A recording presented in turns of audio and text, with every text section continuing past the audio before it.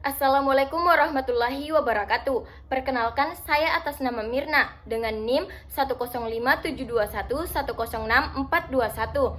Baiklah, di sini saya akan menjelaskan materi apa saja yang saya dapatkan selama satu semester di mata kuliah Perencanaan Sumber Daya Manusia di kelas HR21D.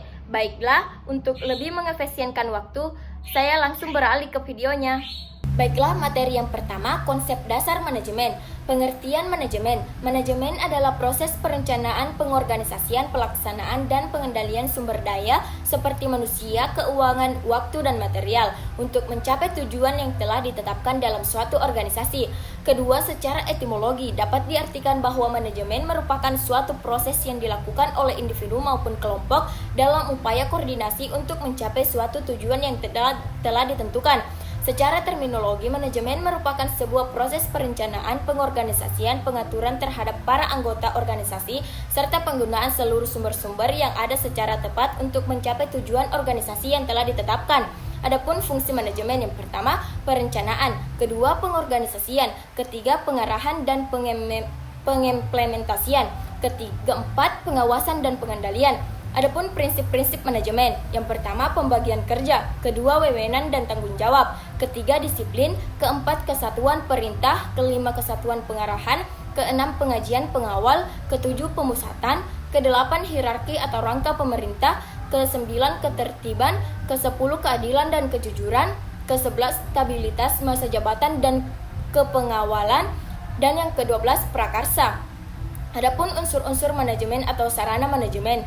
Unsur-unsur manajemen secara sederhana dapat dimaknai sebagai suatu elemen pokok yang harus ada di dalamnya, di mana manajemen tidak akan sempurna, bahkan tidak dapat dikatakan sebagai manajemen tanpa kehadiran elemen pokok tersebut. Elemen pokok tersebut biasanya dikenal sebagai 5M. Yang pertama, man atau manusia, kedua, money atau uang, ketiga, materials atau keempat, machines atau mesin, dan yang kelima, methods atau metode. Adapun kesimpulan dari materi pertama ini, konsep dasar manajemen melibatkan perencanaan, pengorganisasian, pengarahan, dan pengendalian sumber daya organisasi untuk mencapai tujuan yang telah ditetapkan. Proses ini melibatkan pengambilan keputusan alokasi sumber daya, delegasi tugas, dan evaluasi kinerja untuk mencapai efisiensi dan efektivitas dalam mencapai tujuan organisasi.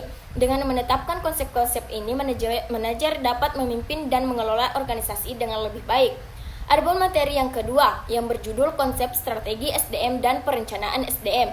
Konsep strategi SDM dan perencanaan SDM merupakan hal yang sangat penting dalam pengelolaan sumber daya manusia dalam organisasi. Manajemen sumber daya manusia merupakan strategi menghubungkan manajemen sumber daya manusia dengan peran strategi, tujuan untuk meningkatkan kinerja bisnis dan mengembangkan budaya organisasi serta mendorong inovasi dan fleksibilitas. Selanjutnya, manajemen SDM memiliki beberapa fungsi. Yang pertama, perencanaan dan planning. Kedua, perekrutan atau rekrutmen seleksi. Ketiga, orientasi, pelatihan, dan pengembangan. Keempat, evaluasi kerja. Kelima, penghargaan, promosi, transfer, dan penurunan pangkat. Keenam, pengintegrasian. Ketujuh, pemeliharaan, dan yang kedelapan, pemberhentian. Strategi pengembangan SDM di perusahaan memberikan kesempatan pada setiap karyawan untuk menyalurkan ide dan gagasan pribadi mereka. Kedua, memberikan penghargaan atau reward kepada karyawan. Ketiga, mengadakan program pelatihan bagi karyawan. Adapun pengertian perencanaan sumber daya manusia. Perencanaan sumber daya manusia adalah proses memperkirakan kebutuhan sumber daya manusia dalam organisasi untuk masa yang akan datang. Pengertian perencanaan sumber daya manusia menurut Robin tahun 2016 adalah proses di mana manajer memastikan bahwa organisasi memiliki jumlah dan jenis orang yang tepat. Adapun operasional perencanaan SDM, yang pertama meningkatkan pendayagunaan SDM, kedua menyelaraskan aktivitas SDM, yang ketiga penghematan tenaga. Adapun hambatan-hambatan dalam perencanaan SDM. Pertama, tidak jelasnya informasi. Kedua, menganggap remeh pelatihan SDM. Ketiga, gegabah dalam merekrut karyawan baru. Keempat, pemberian deskripsi pekerjaan yang tidak lengkap. Kelima, menjanjikan hal yang tidak sesuai. Keenam, kebijakan SDM dan menilai karyawan secara subjektif adalah kesalahan fatal bagi manajemen. Adapun kesimpulan dari materi 2 ini, konsep strategi SDM dan perencanaan SDM merupakan hal yang sangat penting dalam pengelolaan sumber daya manusia dalam organisasi. Manajemen sumber daya manusia merupakan strategi yang menghubungkan manajemen dengan organisasi sumber daya manusia. Perencanaan sumber daya manusia adalah proses memperkirakan kebutuhan sumber daya manusia organisasi yang untuk masa yang akan datang. Adapun materi ketiga atau staffing strategi. Pengertian staffing adalah proses manajemen yang melibatkan identifikasi, perekrutan, pelatihan, penempatan, dan retensi sumber daya manusia dalam suatu organisasi. Menurut Syarifuddin, tahun 2014 juga mengungkapkan bahwa staffing adalah keunggulan suatu organisasi bergantung pada orang-orang menjadi anggota. Staffing melalui berbagai proses yaitu rekrutmen atau merekrut, training atau pelatihan, dan pengembangan sumber daya manusia kepada anggota agar dapat berkontribusi pada setiap kegiatan organisasi. Adapun prinsip dari staffing. Dalam staffing memiliki prinsip utama yaitu the right man in the right place and the time, yang berarti bahwa setiap pegawai harus diposisikan pada bidang kerja yang sesuai dengan keahlian dan keterampilannya. Dengan demikian, maka pekerja yang memiliki tugas dan tanggung jawab dalam unit kerja tersebut dilakukan oleh orang yang tepat. Adapun fungsi staffing. Yang pertama, perencanaan sumber daya manusia. Kedua, rekrutmen. Ketiga, seleksi. Keempat, pelatihan dan pengembangan. Kelima, penempatan. Keenam, manajemen kinerja dan retensi. Adapun kesimpulan dari materi 3 ini yaitu staffing strategi mencakup beberapa strategi staffing yang berbeda-beda berdasarkan posisi dan peran pekerja. Strategi staffing untuk posisi manajer, operator teknologi, dan operator IT masing-masing memiliki jenis pekerjaan yang memiliki kemampuan yang tinggi dan metode pengambilan keputusan yang berbasis data. Selanjutnya, kita beralih ke materi 4 yang berjudul Design and Redesign of Work System atau desain dan desain ulang sistem kerja. Desain sistem kerja adalah proses merancang atau mengatur tugas, tanggung jawab, dan lingkungan kerja untuk mencapai tujuan organisasi. Redesign sistem kerja adalah proses memperbaharui dan memodifikasi sistem kerja untuk kerja yang sudah ada untuk meningkatkan kinerja atau mengakomodasi perubahan. Adapun faktor-faktor yang perlu dipertimbangkan. Yang pertama, teknologi. Pengembangan teknologi dapat mempengaruhi cara kerja dan memerlukan penyesuaian sistem kerja. Kedua, kebijakan perusahaan. Kebijakan internal dapat membatasi atau mendorong inovasi dalam desain sistem kerja. Ketiga, karyawan.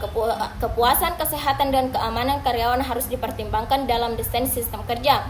Keempat, tuntutan pasar. Perubahan dalam tuntutan pasar dapat memerlukan adaptasi sistem kerja untuk tetap bersaing. Adapun tantangannya. Yang pertama, resistensi perubahan. Karyawan mungkin menolak perubahan dalam sistem kerja yang sudah ada. Yang kedua, biaya implementasi. Desain atau redesign sistem kerja dapat memerlukan investasi yang signifikan. Yang ketiga, kesesuaian dengan regulasi. Perubahan sistem kerja harus mematuhi peraturan dan kebijakan yang berlaku. Melibatkan karyawan dalam proses desain. Yang pertama itu konsultasi, kedua pelatihan, ketiga kolaborasi, yang keempat komunikasi, dan selanjutnya itu membahas tentang strategi implementasi. Yang pertama, komunikasi yang efektif menjelaskan alasan dan manfaat dari desain dan redesain sistem kerja kepada seluruh tim. Yang kedua, pelatihan, memberikan pelatihan yang diperlukan kepada karyawan untuk mengadopsi sistem kerja baru. Yang ketiga, penguji dan pemantauan, melakukan penguji dan pemantauan secara teratur untuk memastikan efektivitas sistem kerja yang baru. Adapun evaluasi dan pembaruan, melakukan evaluasi rutin untuk mengukur kinerja sistem kerja dan mengidentifikasi area untuk perbaikan. Kedua, mengintegrasikan umpan balik dari karyawan dan stakeholder lainnya untuk melakukan pembaruan yang relevan. Adapun kesimpulan dari materi 4 ini yaitu desain dan desain ulang sistem kerja adalah proses penting yang bertujuan untuk meningkatkan efisiensi produktivitas dan kesejahteraan dengan mengatur ulang tugas peralatan lingkungan kerja. Desain sistem kerja yang baik dapat mengurangi kelelahan dan memastikan keselamatan serta meningkatkan kualitas produk atau layanan. Selanjutnya kita beralih ke materi 5, Hukum dan Undang-Undang Tenaga Kerja, Manajemen Kinerja. Hukum tenaga kerja adalah pembagian dari hukum yang mengatur hubungan antara pekerja atau buruh dan pengusaha yang mencangkup berbagai peraturan, kebijakan, dan prosedur yang mengatur segala aspek terkait dengan hubungan kerja, termasuk hak dan kewajiban pekerja serta perusahaan. Adapun tujuan bentuknya hukum tenaga kerja, yang pertama, memberdayakan dan mendayagunakan tenaga kerja secara optimal dan manusiawi. Kedua, mewujudkan pemerataan kesempatan kerja dan penyediaan tenaga kerja yang sesuai dengan kebutuhan pembangunan nasional. Yang ketiga, pemberian perlindungan kepada tenaga kerja dalam mewujudkan kesejahteraan. Dan yang keempat, meningkatkan kesejahteraan tenaga kerja. Tujuan manajemen kinerja. Terlebih dahulu kita harus mengetahui manajemen kinerja adalah cara melalui mana para manajer menjamin bahwa aktivitas hasil karyawan sesuai dengan tujuan organisasi. Tujuan manajemen kinerja yang pertama, tujuan strategi merupakan tujuan utama. Yang kedua, tujuan administrasi organisasi menggunakan informasi manajemen kinerja dalam banyak keputusan administrasi seperti administrasi upah, promosi, pengakhiran kepemilikan, pemutusan kerja, dan pengakuan kinerja individu. Yang ketiga itu tujuan pembangunan. Tujuan ketiga dari manajemen kinerja adalah pengembangan karyawan yang berkinerja efektif dan pekerjaannya. Komponen utama manajemen kinerja: penetapan tujuan, kedua perencanaan kinerja, ketiga pemantauan kinerja, keempat evaluasi kinerja, kelima umpan balik dan pembinaan, keenam pelatihan dan pengembangan, ketujuh penghargaan dan pengakuan, dan yang kedelapan rencana peningkatan kinerja. Proses manajemen kinerja menggunakan yang pertama penyelarasan tujuan, kedua umpan balik yang berkala, ketiga penilaian kinerja, keempat pelatihan dan pengembangan, kelima pengakuan dan penghargaan, keenam rencana peningkatan kinerja. Adapun kesimpulan dari materi ini, hukum tenaga kerja adalah bagian dari hukum yang mengatur hubungan antara pekerja atau buruh dan pengusaha yang mencakup berbagai peraturan, kebijakan, dan prosedur yang mengatur segala aspek terkait dengan hubungan kerja termasuk hak dan kewajiban pekerja serta pengusaha. Adapun materi yang keenam, sistem kompensasi. Pengertian sistem kompensasi merupakan segala sesuatu yang diterima karyawan sebagai pengganti kontribusi jasa mereka pada perusahaan. Pemberian kompensasi merupakan salah satu pelaksanaan fungsi MSDM yang berhubungan dengan memulai jenis pemberian penghargaan individu sebagai pertukaran dan melakukan tugas keorganisasian. Kepuasan kerja karyawan. Kompensasi bukan hanya penting untuk para karyawan saja. Kompensasi merupakan pencerminan supaya organisasi untuk mempertahankan sumber daya manusia. Adapun tujuan sistem kompensasi. Secara umum tujuan sistem kompensasi adalah untuk membantu perusahaan mencapai tujuan keberhasilan strategi perusahaan dan terciptanya keadilan internal dan eksternal.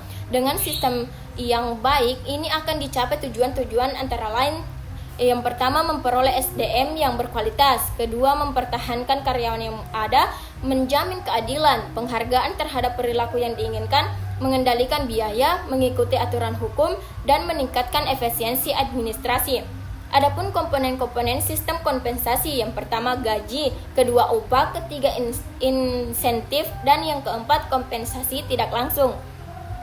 Adapun faktor-faktor yang mempengaruhi sistem kompensasi. Sistem pemberian kompensasi oleh organisasi kepada karyawan dipengaruhi oleh berbagai faktor. Faktor-faktor tersebut antara lain: yang pertama, produktivitas, kedua, kemampuan untuk membayar, ketiga, kesediaan untuk membayar, keempat, organisasi karyawan, dan yang kelima, berbagi peraturan dan perundang-undangan. Adapun kompensasi perlengkapan. Jenis kompensasi yang terbentuk upah atau gaji adalah kompensasi langsung, artinya kompensasi langsung dikaitkan dengan prestasi dan hasil kerja para karyawan. Kompensasi ini juga disebut kompensasi perlengkapan karena berfungsi untuk melengkapi kompensasi yang telah diterima karyawan melalui gaji atau upah. Adapun kesimpulan dari materi ini, yang pertama, pengertian kompensasi merupakan segala sesuatu yang diterima karyawan sebagai pengertian kontribusi jasa mereka pada perusahaan. Kedua, tujuan manajemen kompensasi secara umum adalah untuk membentuk perusahaan mencapai tujuan keberhasilan strategi perusahaan dan menjamin terciptanya keadilan internal dan eksternal. Ketiga, komponen kompensasi terdiri dari gaji, upah, insentif, dan kompensasi tidak langsung. Adapun materi ketujuh, hubungan industrial. Hubungan industrial adalah hubungan antara semua pihak yang tersangkut atau berkepentingan atas proses produksi atau pelayanan jasa suatu perusahaan. Adapun prinsip hubungan internasional. Prinsip hubungan internasional didasarkan pada persamaan kepentingan semua unsur keberhasilan. Yang pertama, pengusaha dan pekerja. Kedua, perusahaan. Ketiga, pengusaha dan pekerjaan mempunyai hubungan fungsional dan masing-masing mempunyai fungsi. Keempat, pengusaha dan pekerja merupakan anggota perusahaan. Tujuan pembinaan hubungan industrial adalah menciptakan ketenaga kerjaan berusaha dan ketentraman. Peningkatan produktivitas perusahaan harus dapat meningkatkan kesejahteraan bersama. Adapun teori-teori hubungan industrial, yang pertama teori kemakmuran, kedua teori labo marketing, dan yang ketiga teori produktivitas. Adapun tujuan hubungan industrial, tujuan ingin dicapai dari hubungan industrial adalah terciptanya suatu kondisi industrial plus atau kondisi kesejahteraan bersama antar pekerja dan pengusaha. Adapun kesimpulan dari materi ini, kesimpulan dari hubungan industrial adalah hubungan yang baik antar pekerja dan pengusaha sangat penting dalam menciptakan lingkungan kerja yang sehat dan produktif. Dalam mengembangkan hubungan industrial yang baik, perlu dijaga komunikasi yang jelas dan transparan antara kedua belah pihak, serta memastikan bahwa peraturan dan prosedur yang jelas dan adil telah ditetapkan. Adapun materi yang terakhir, yaitu materi ke-8, yaitu strategi SDM global. Strategi SDM sumber daya manusia. Strategi sumber daya manusia atau sumber daya manusia global adalah pendekatan yang dirancang untuk mengelola sumber daya manusia karyawan dalam konteks bisnis yang berpotensi secara internasional atau lintas batas negara. Adapun tujuan strategi SDM global. Tujuan strategi global adalah untuk memastikan organisasi dapat mengelola tenaga kerja global dengan efektif dan efisien, serta memanfaatkan keberagaman budaya dan keahlian karyawan mencapai tujuan bisnis internasionalnya. Adapun strategi SDM global, yang pertama pengembangan budaya organisasi yang inklusif, kedua perekrutan dan seleksi yang beragam, ketiga pelatihan dan pengembangan karyawan, keempat manajemen kinerja yang adil dan transparan, kelima komunikasi antar budaya yang efektif, keenam fleksibilitas dan mobilitas antar karyawan, ketujuh manajemen konflik antar budaya, kedelapan keadilan dan kepatuhan, kesembilan analisis dan perencanaan kebutuhan SDM global, dan yang kesepuluh kolaborasi antar tim global. Adapun kesimpulan dari materi terakhir ini, Secara umum, strategi SDM global mencangkup pendekatan holistik untuk pengelolaan sumber daya manusia yang mengakui kompleksitas dan tantangan yang terkait dengan beroperasi di pasar global yang dinamis. Pengertian strategi SDM global mencakup berbagai insentif dan kebijakan yang dirancang untuk mengelola tenaga kerja di seluruh dunia dengan efektif. Baiklah, itulah tadi materi dari saya. Lebih dan kurangnya mohon dimaafkan. Assalamualaikum warahmatullahi wabarakatuh.